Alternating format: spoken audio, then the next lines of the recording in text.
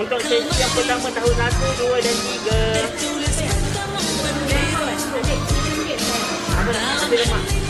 Ambil. Nak tambah tak? Okey, nasi lemak ni RM2 saja. Nasi lemak ni RM2 saja.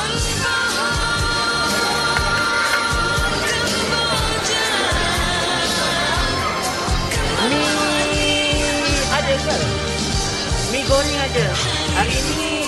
Hari ini kita ada Maggi Tom Yum dengan Liwet Tom Yum RM2. Alhamdulillah. Terima kasih Akak.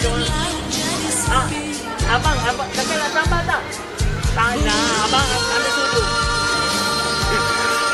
Nasi lemak RM2. Bihun goreng RM1. Nasi RM1. Biasa lah macam apa?